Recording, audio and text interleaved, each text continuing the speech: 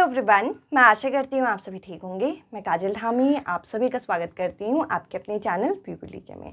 जैसा कि आप सभी को पता है कि सीटेट की परीक्षा काफ़ी ज़्यादा पास आ गई है और देखिए मैंने पूरे तरीके से कोशिश की है कि आपको हर टॉपिक के यहाँ पे ट्रिक वाइज टॉपिक यहाँ पे एक्सप्लेन करूँ।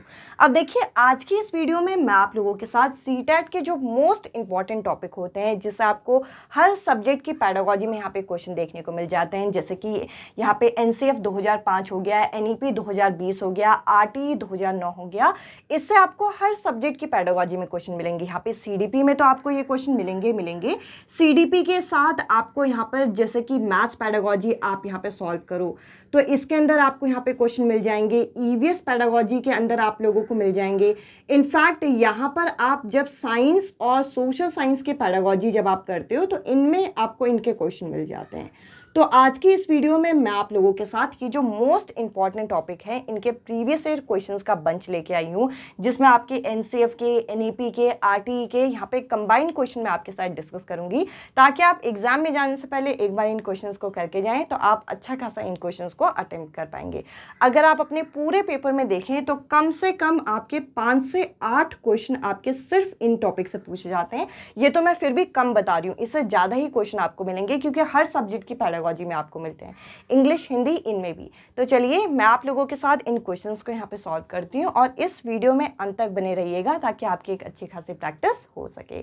इसके अलावा अगर आप हमारी टेलीग्राम या फिर हमारी एप्लीकेशन के साथ जुड़ना चाहते हैं तो कमेंट सेक्शन में फर्स्ट कमेंट मैंने पिन कर दिया है, जिसमें आपको लिंक मिल जाएगी और डिस्क्रिप्शन में आपको प्लेलिस्ट की लिंक मिल जाएगी जिसमें सारी इंपॉर्टेंट क्लासेस की प्लेलिस्ट है और खास करके सीटेट मैराथन क्लासेस करके जो प्लेलिस्ट है उसमें सारी इंपॉर्टेंट वीडियोस को डाला गया है।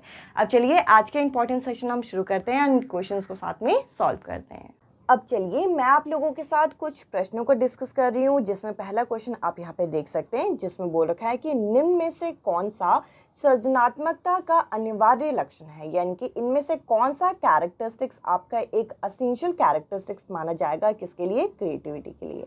अब देखिए क्रिएटिविटी यानी कि सृजनात्मकता की अगर मैं बात करूं तो ये उनमें देखी जाती है जो किसी भी चीज के बारे में मल्टीपल ओपिनियन रख पाते हैं, यानी कि जो बहुविकल्पी होते हैं, जिनके पास कई सारे आइडियाज होते हैं किसी भी काम को करने के लिए। एक तरीके से आपको हिंट मिल गया होगा कि इस क्वेश्चन का क्या करेक्ट आंसर है। अब देखिए इस क्वेश्चन को हम टैग वर्ड से भी यहाँ पे सॉल्व कर सकते हैं। अब देखिए टैग वर्ड क्या होते हैं? ऐसे कुछ शब्द जो कि सबसे ज्यादा आपके पॉजिटिव या सबसे ज्यादा आपके नेगेटिव हो।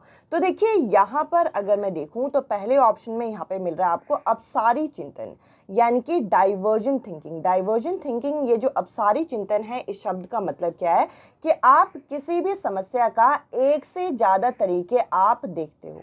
तो देखिए यहाँ पर करेक्ट आंसर तो आपका पहले ही ऑप्शन है। बाकी कन्वर्जन थिंकिंग इसका जस्ट अपोजिट होता है, यानी कि जो अभिसारी चिंतन होता है जस्ट इसका अपोजिट होता है, जिसमें आप किसी एक फिक्स आंसर तक, फिक्स तथ्य तक आप पहुंचते हो। इसके अलावा यहाँ पे जो सेंट्रेशन इन थॉट है, ये जीन पियाजे ने अपनी थ्योरी के अंदर यूज किया, जिसके अंदर हम किसी भी चीज के एक ही कैरेक्टर को फोकस करते हैं। और यहाँ पर देखिए, यहाँ पर क्योंकि क्रिएटिविटी की सृजनात्मकता की बात की गई है तो क्रिएटिविटी के अनुसार आपका अपसारी चिंतन यानी कि डाइवर्जेंट थिंकिंग जो है ये करेक्ट आंसर होगा। अब चलिए मैं आप लोगों के साथ यहाँ पे नेक्स्ट क्वेश्चन जो है ये डिस्कस करती हूँ और नेक्स्ट क्वेश्चन आप लोगों के सामने यहाँ पे जो NCF 2005 है इसका लिया हुआ है।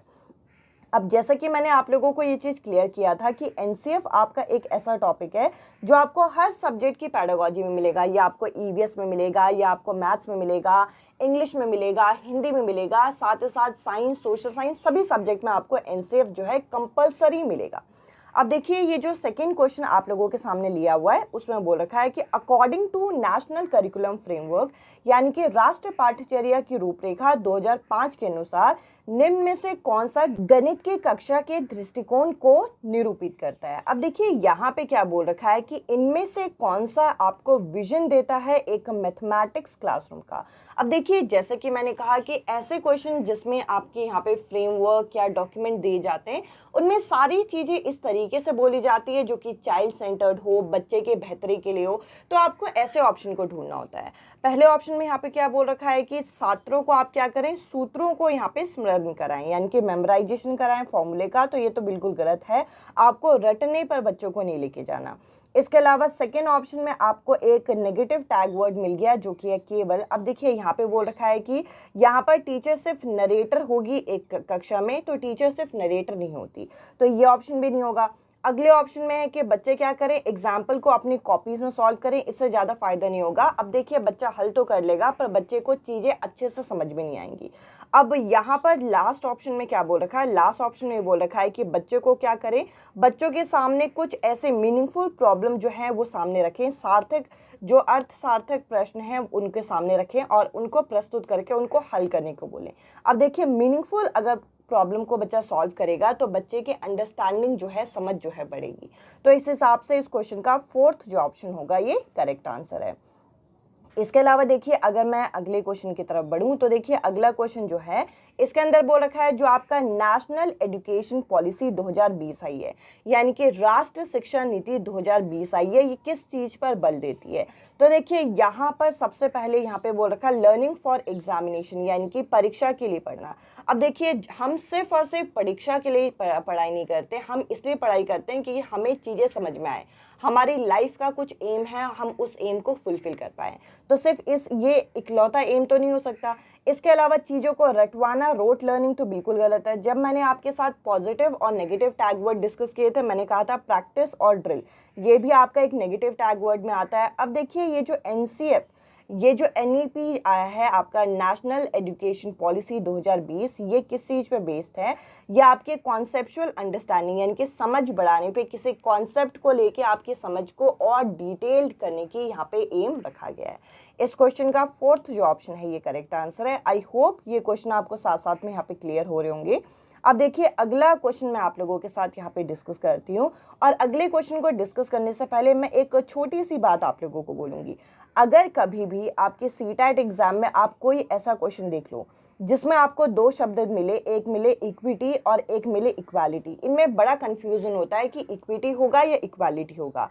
अब देखिए दोनों का अर्थ हम लोगों को सेम सेम लगता है, बट दोनों में एक मेजर डिफरेंस है। जैसे कि इक्वालिटी क्या होता है कि आप क्या करो, जो कि निम्न वर्ग के हैं उनको क्या करो, उनको यहाँ पर क्या करो, आप रिसोर्सेज दे दो, तो हम मानते हैं कि यहाँ पे इक्वालिटी होता है।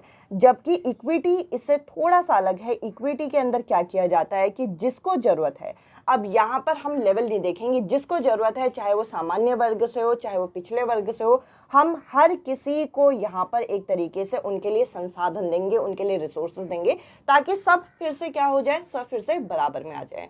तो अगर आपसे कोई पूछे कि इक्विटी बढ़िया है या इक्वालिटी, तो आप कहेंगे इक्विटी बढ़िया है, क्योंकि देखिए इक्वालिटी में तो सिर्फ उनको यहाँ पे एक तरीके से अधिकार मिल रहे हैं जिनके पास अधिकारों की कमी है, पर जरूरी नहीं कि जो सामान्य वर्ग के हैं वो हमेशा यहाँ पे परिपूर्ण हैं, उनके पास सारी चीज़ें जरूरी नहीं है।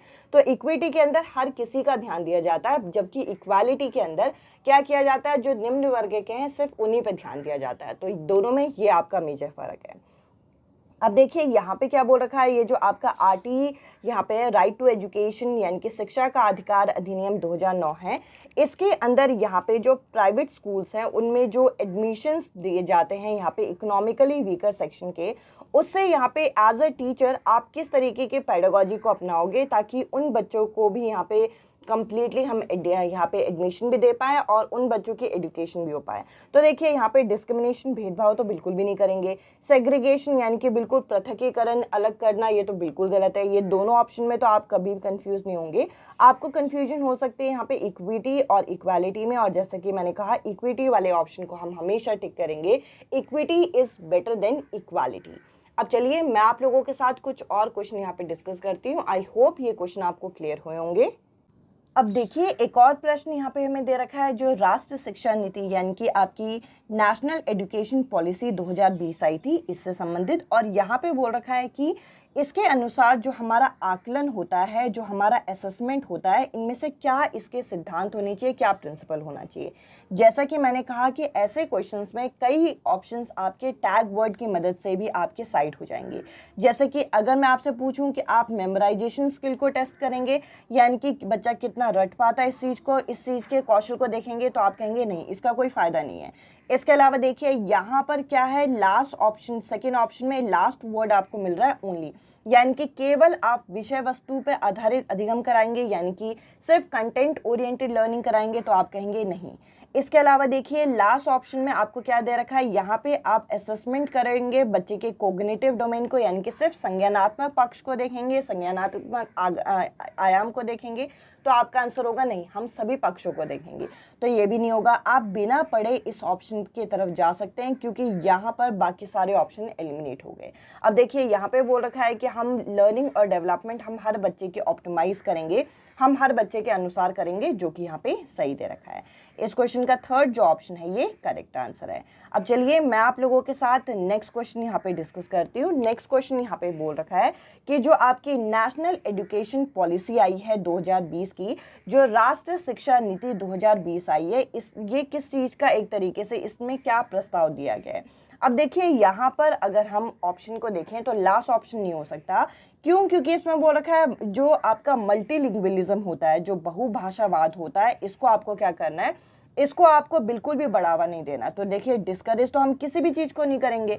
इसके बाद तीसरे ऑप्शन में यहाँ पे बोल रखा है जो शिक्षक है, जो टीचर है, यहाँ पे द्विभाषी उपागम को, यानी कि जो बाइलिंगुअल अप्रोच है, इसको डिस्करेज करेगी। तो देखिए यहाँ पर किसी भी चीज़ को आप रोक नहीं सकते, आपको हर चीज़ को एक तरीके से प्रमोट करना है, तो ऐसे ऑप्शन तो बिल्कुल भी नहीं हो सकते। अब इसके अलावा सेकेंड ऑप्शन में क्या बोल रखा है कि there should be one uniform language of instruction in the primary classroom. ये तो बिल्कुल ही गलत है कि प्राथमिक कक्षाओं में शिक्षा का एक यहाँ पे जो माध्यम है, एक ही तरीके का माध्यम से यहाँ पे चीज़ों को समझाना चाहिए, तो बिल्कुल गलत है। अब अगर हम पहले ऑप्शन में जाएं तो यहाँ पे बोल रखा है जो प्राइमरी ग्रेड के बच्चे हैं उनको उनकी मदर टंग या फिर लोकल लैंग्वेज में पढ़ाएं, यानी कि जो प्राथमिक कक्षाओं के छात्र या छात्राएं हैं उनके इनके घर की या फिर उनके स्थानीय भाषा में पढ़ाना चाहिए। तो ये बात बोली गई है। जो आपका NEP 2020 आया उसमें ये बोल रखा है कि कम से कम क्लास 5 तक बच्चे के उनके रीजनल लैंग्वेज या मदर टंग या फिर आप कह लीजिए लोकल लैंग्वेज में हमें शिक्षा देनी है। इसके अलावा देखिए अगले अगर मैं क्वेश्चन की तरफ जाऊं तो अगले क्वेश्चन में बोल रखा है which of the following pedagogical strategies does national education policy 2020 purpose. अब यहाँ पे बोल रखा है कि निम्न में से कौन सी शिक्षा शास्त्रीय रणनीति जो है राष्ट्रीय शिक्षा नीति 2020 द्वारा यहाँ पे प्रस्तावित की गई है। तो देखिए यहाँ पर अगर हम देखें तो ऑप्शन में आपको कई सारी चीज़ों का एक तरीके से मिक्स बंडल आपको मिल रहा है, जिसमें से एक थर्ड ऑप्शन में मिल रहा है ड्रिल एंड प्रैक्टिस, जो कि यहाँ पे एक तरीके से बार बार अभ्यास करना और वेतन करना यहाँ पे एक नेगेटिव टैग वर्ड माना जाता है, इसको हम इंक्लूड नहीं करते।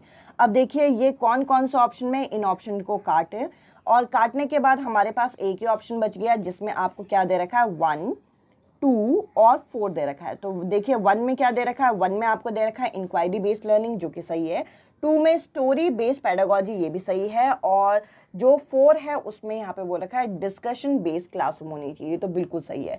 तो देखिए एक ही ऑप्शन को पकड़ के मैंने इस क्वेश्चन का आंसर देख लिया कि इस क्वेश्चन का सेकंड जो ऑप्शन है ये करेक्ट आंसर होगा। अब चलिए मैं आप लोगों के साथ कुछ वो क्वेश्चन डिस्कस करती हूँ जो कि ऑफलाइन एग्जाम में पूछे गए थे और उन्हीं पेपर से मैं आपके साथ वो क्वेश्चन डिस्कस करूंगी।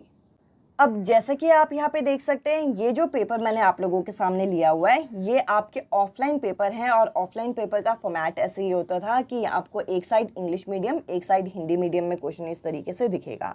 जब आप पेपर देने जाओगे आपको इसी तरीके से क्वेश्चन देखने वाला है।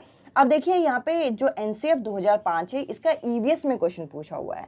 अब यहाँ पे क्या बोल रखा है कि जो NCF 2005 है उसके अनुसार जो EVS का जो पाठ्यक्रम होगा, जो EVS का जो सिलेबस होगा उसमें इनमें से कौन सा यहाँ पे जो थीम है उसे सजेस्ट किया गया है। तो देखिए पदार्थ जो है प्राइमरी लेवल पे नहीं पढ़ाया जाता, प्राकृतिक संसाधन भी नहीं पढ़ाया जाता, हाउ थिंग वर्क यानी कि चीज़ें कैसे काम करती है ये भी नहीं पढ़ाया जाता, हम चीज़ें हम कैसे बनाते हैं और करते हैं यानी कि think we make and do, ये एक थीम है यहाँ पे EVS की जो कि क्लास 5 तक के बच्चों को पढ़ाया जाता है।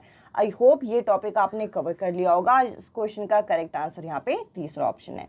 इसके अलावा देखिए एक क्वेश्चन यहाँ पे आप लोगों से यहाँ पे right to person with disability act जो कि 2016 में आया था, यानी कि जो दिव्यांग जन अधिकार अधिनियम 2016 यहाँ पे आया है उसके अनुसार यहाँ पे कौन से शब्दावली का प्रयोग करना उपयुक्त माना जाता है। तो देखिए रिटार्डेड पर्सन हम ये शब्द यूज़ नहीं कर सकते, किसी को हम सीधा विकलांग छात्र यानी कि हैंडीकैप बिल्कुल नहीं बोल सकते, और किसी भी छात्र को हम अशक्त शरीर वाला नहीं बोल सकते यानी कि कॉपल्ड बॉडी नहीं बोल सकते।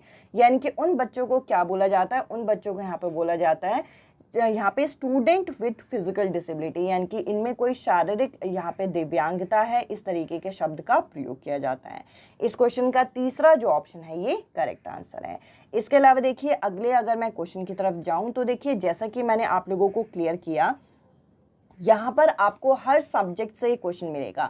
अब ये जो एनसीएफ 2005 का क्वेश्चन है ये साइंस से लिया हुआ क्वेश्चन है और ऐसे ही किसी भी सब्जेक्ट से आपके ये क्वेश्चन पिक हो सकते हैं, तो आप इसके लिए टेंशन फ्री रहिएगा। एक ही तरीके का अप्रोच यहाँ पे आपको लगाना है। अब देखिए यहाँ पे बोल रखा है एज पर एनसीएफ 2005 और सबसे ज़्यादा क्वेश्चन आपको एनसीएफ के ही देखने को मिलेंगे। As per NCF 2005 good science education should be, यानी कि जो राष्ट्रीय पाठ्यचर्या 2005 है इसके अनुसार अच्छी विज्ञान शिक्षा क्या होनी चाहिए। अब देखिए यहाँ पे बोल रखा है ट्रू टू साइंस टीचर, यानी कि जो विज्ञान शिक्षक के प्रति ये निष्ठ हो, या फिर ट्रू टू चिल्ड्रन, या true to environment and school, या फिर ट्रू टू क्लासरूम करिकुलम। तो देखिए अगर हम सारे ऑप्शन को देखें तो सभी अपनी अपनी जगह पे सही है, पर हम हर चीज को यहाँ पर जब हम पेडागॉजी लेवल पे पढ़ते हैं तो हम चाइल्ड सेंटर्ड बढ़ाने की कोशिश करते हैं। तो देखिए सबसे पहले तो हमें बच्चे को यहाँ पे फोकस करना है, फिर बाकी चीजें आ जाती हैं। तो यहाँ पर जो आपका सेकेंड ऑप्शन होगा ये करेक्ट आंसर है। अब चलिए मैं आप लोगों के सामने यहाँ पे एक और क्वेश्चन शो करती हूँ और आपको यहाँ पे देख के क्लियर हो गया होगा कि ये क्वेश्चन आपका मैथ्स से उठाया हुआ है। अब देखिए मैथ्स में यहाँ पे एक टर्म आप पढ़ते हो मैथमेटिक्स फॉर ऑल, यानी कि सभी के लिए गणित। अब देखिए ये जो सभी के लिए गणित है इसका क्या मतलब है, और ये जो 54th क्वेश्चन है ये आपका ऑफलाइन एग्जाम में आया हुआ क्वेश्चन है और ये क्वेश्चन आपका होमवर्क क्वेश्चन है। एक एक ऑप्शन को पढ़िएगा, जैसे कि सेकेंड ऑप्शन नहीं हो सकता, इसमें आपको केवल यानी कि ओनली मिल गया। ऐसे आप अप्रोच लगा के यहाँ पर इस क्वेश्चन को सॉल्व करेंगे और ये आपका होमवर्क क्वेश्चन है और आप लोग कमेंट सेक्शन में बताएंगे कि इस क्वेश्चन का क्या करेक्ट आंसर है। आई होप ये सेशन आपको पसंद आया होगा। आज के सेशन में इतना ही। अब मैं आपसे मिलती हूँ अगले सेशन में अगले टॉपिक के साथ। Bye bye, take care.